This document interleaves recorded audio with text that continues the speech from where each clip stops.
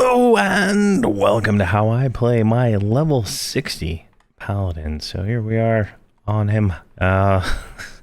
So if you haven't watched the level 50 and 55 videos, this kind of carries on that. And if you watched ahead to like the 125 videos that have been released, I think those start about level 90 to 125, maybe level 85 and so on. So there's a bunch of videos. I'm making these out of order because I didn't think to make them when I leveled them first. So if you want to see me play a Paladin from 1 to 125, my Holdridge's Crusade series shows everything. And I actually leveled, I think, two Paladins to 115. So there's a little bit in there. I've learned a lot about the class. So let's talk about it. We're going to talk about spells, we're going to talk about my multi-bind, we're going to talk about all the hotbars and some disciplines. We'll talk about gear, and we'll kind of go from there. So, first up, let's talk about spells. My spells are currently Ceased, Desist, and Quillinos' Word of Tranquility, followed by Force of Akira. Now, these are stuns. These are aggro generating spells. I'm still casting the level 7 and level 13 version of these. These ones stun above 55. These ones do not. And I'm doing that because they're quick casting, low mana aggro generators. Now, these will be replaced at some point, but right now they're not replaced yet. And the way I play it is I spam stuns. It seems to work really well for my playstyle. Your playstyle may be different. So I have the 4 stuns. Now the Quillinos and Force, they do, let's see here. This one does a little bit of damage, and this one just stuns. So it's not a whole lot of damage. It's nothing you're gonna be like, wow, that was nice. You're just gonna not even notice it. Followed by that, I have Healing Wave of Praxis. I like to keep this spell memorized because it does a group heal, right? Like if I cast it, I'm not going to group where my mercenary is at. He's over there. He's going to get a heal, and it's, like 700 points of damage, so it's not too bad. I used to think it was generate some aggro, but even if you have like 30 mobs on your extended target, it doesn't seem to do much aggro, so it is what it is. Next up, I have Light of Light. Now, Light of Light is cool because it is a target of target spell. So if I'm targeting this guy and he's targeting me, I'm the target of target right over here on the target of target window.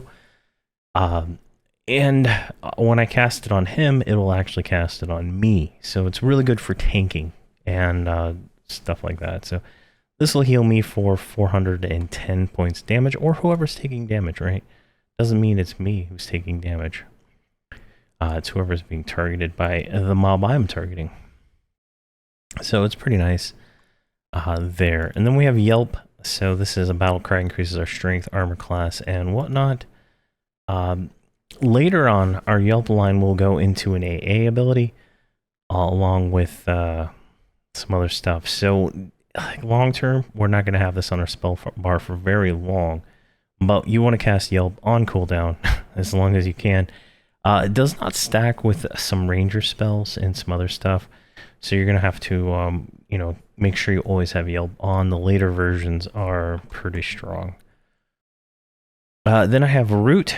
The current level Root is Instill for us, so it's just a root just in case I need to do some kind of rooting. It's more of a crowd control ability than anything else.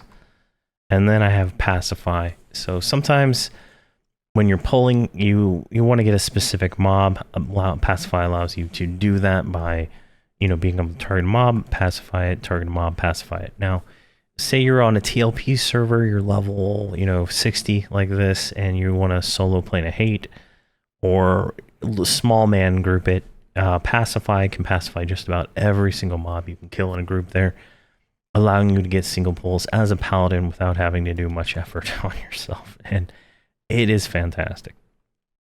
So those are my everyday spells. I cast these pretty much all the time in combat, right? And we'll go over the multi-bind here in a minute and talk about that.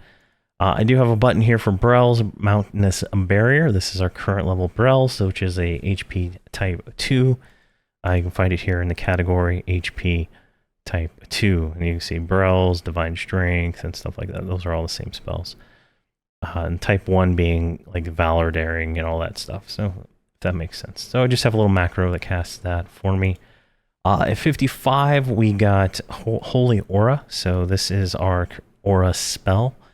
A lot of classes get them at 55 and 70, I believe. I believe it's 70. But this will increase the potency of heals that land on anybody in the group. My timings are not good. My timing's totally off on this one here. Let's set this to like 70. There we go. But you want to have your aura on at all times. Until you get the level 70 version, and I still cast the level 70 version at 125. How much effort, how much potency, how much whatever it does, I have no idea. There's no numbers. I've never looked the spell up on Lucy or Alakazam, so it's worth it. I think I can't think of a reason why I would not want to cast it. So and then I have another one here for Divine Might. Divine Might is our combat initiate spell. You can find it in that category under beneficials.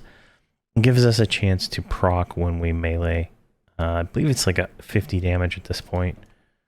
Let's attack this guy from behind so he doesn't riposte us and kill us in one shot. Come on, stand up. There you go. So maybe it'll proc here while we're waiting. It probably is going to actually get resisted. Now, interestingly enough, the sword I have is unresistible. That life tap on there is unresistible. I didn't think of that. It's level 90 mob. It's not going to proc anyway. Anyway, so that's the spells. Those are the extra spells I cast. I do have a familiar. If you have a familiar, you're going to want to have that up at all times and stuff like that. Some other things that are useful. Guard of Piety is a level 56 discipline that'll absorb 2,500 damage, 25% of incoming melee damage. So it's a nice little mini defensive spell when you're, getting clobbered by a lot of stuff. Next up, we have Deflective Discipline. Allows you to block most attacks with your shield. I'm not using a shield. I don't know if it works without a shield in your hand, but it is definitely a useful spell. I mean, 12-second duration, and you block everything that it comes at you. Very good for raid and situational group in combat. Sanctification Discipline. So this allows us to resist most spells. Really nice, 18-second duration. Definite step up over Resistant and Discipline. But Resistant Discipline and Fearless Discipline, I don't use those ever. They're useless. And they share the same type 5 timer as Guard of Piety. So they are effectively useless at this point. I would say they're useless when you get them too. Except for very specific dragon encounters and Kunark is when you can use Fearless Discipline. I've never, and since it overrides, resistant and Fearless share the same timer, so you're never going to be able to use them both, right? Fearless is better in the case of dragons, so you can pop that, and you can tank the dragon for 1 minute, so it's pretty nice. And warriors are mostly tanks, but sometimes warriors die during the combat, and you need to tank as a paladin, and you can do that. Holy Forge Discipline. This is a discipline we're going to use pretty much all the way to 125. It never gets replaced.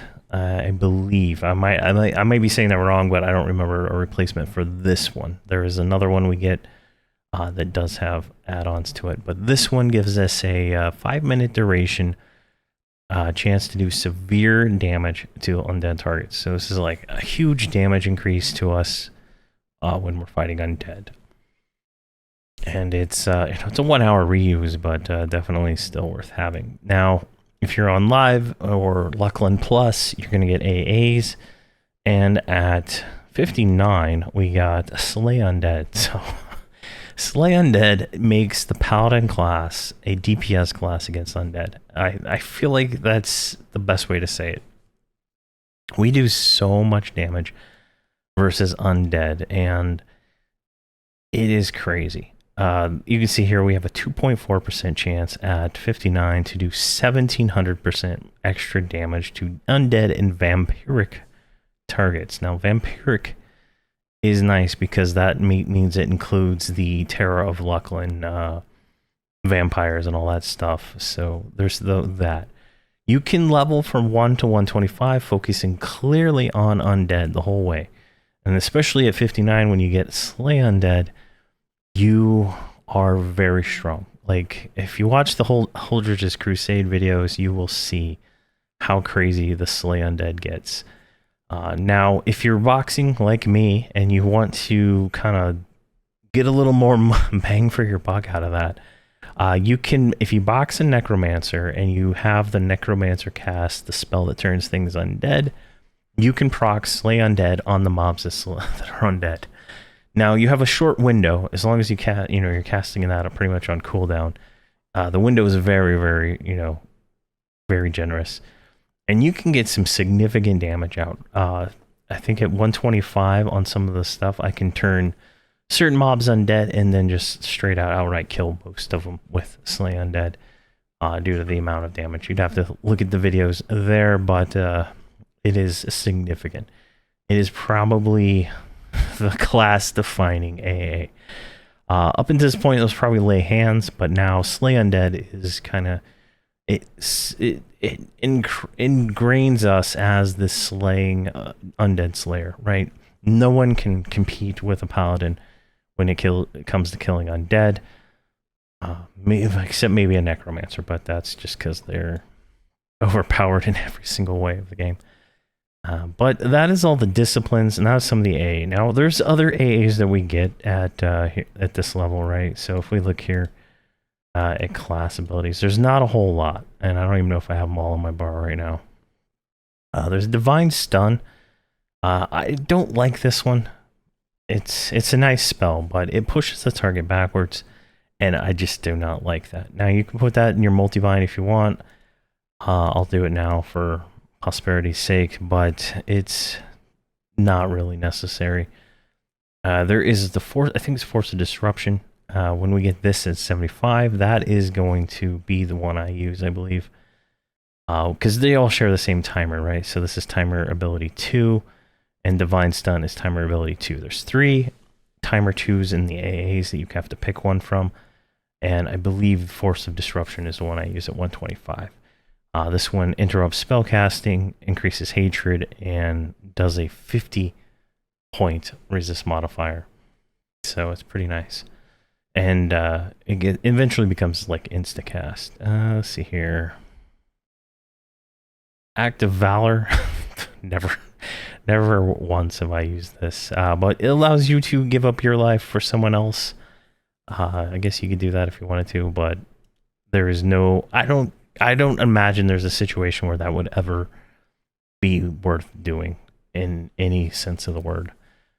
Another thing we get is Improved Bash. We get that at 59. That allows us to auto-skill Bash. I already have it on. Auto. There we go. So we can now bash with a two-handed weapon, which gives us a little bit extra damage. I don't know how much long-term out of that is. Like if we go to my smashing tab here. 18-point bash on that combat dummy, a level 90 combat dummy. So the crits eventually get pretty big, like, multi-thousands, but right now it's not too much. We got some healing AAs and finishing blow.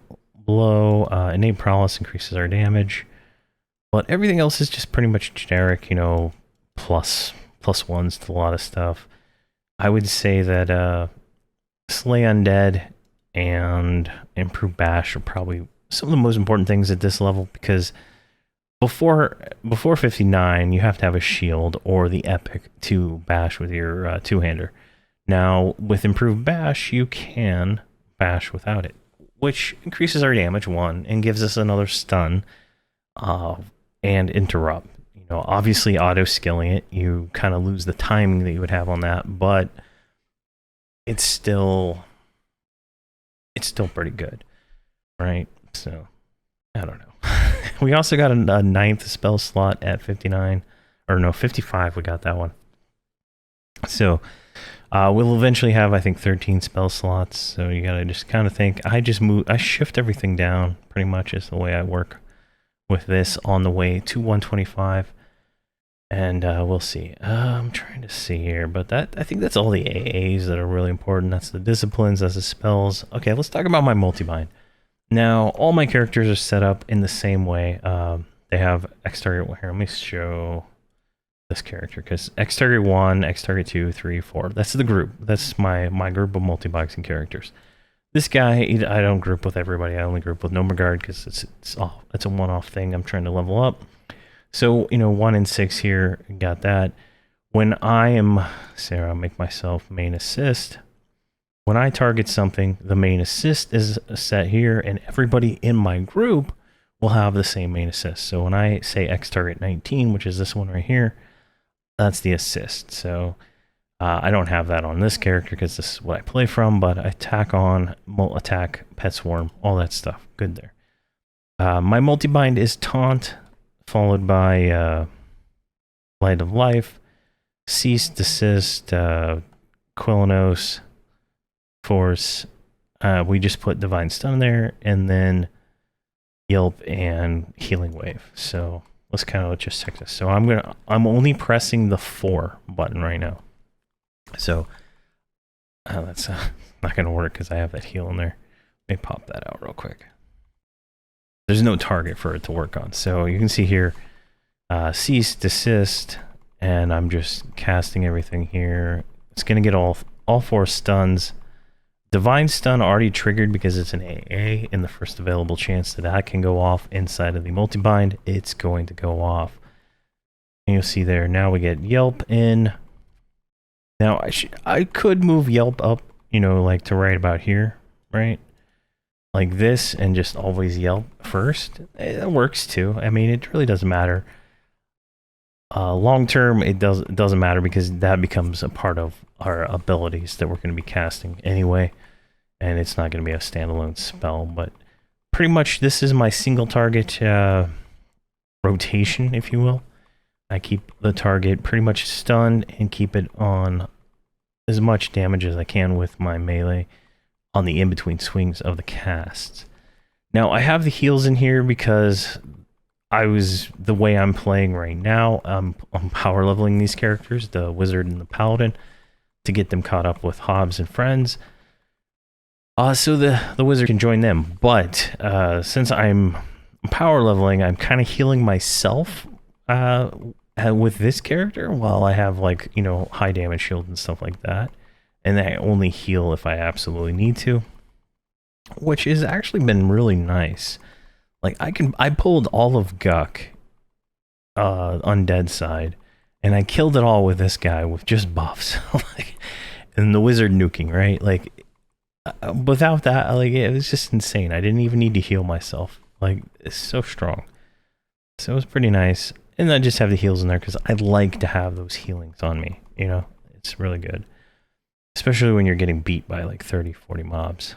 So, but if you want to see some actual real gameplay, the Hobbs and Friends series starts at level 1 and works its all the way to level 125, showing how I play the Paladin class, along with the other 6 in that series, or 2 or 3, I think, at first, and then it goes to 6 at the end. I think I did a Druid Enchanter with it becoming a Druid, or a Cleric. Got Paladin, Cleric, Shaman, Bard, Mage, and some other class I can't even remember at this point. But yeah, it's it's a pretty nice group there, and that group's on Dronell. So this character's on front of it. But that's about it. That's how I play my level 60 Paladin. Obviously, there's more information in the Holdridge's Crusade series, and then you'll see some other stuff in the Hobbs and Friends series if you're curious. But there will not be that much Paladin in that series at all. But Yeah. So if you have any questions or comments, please let me know and we can talk about them. And thank you very much for watching. Please have a fantastic day.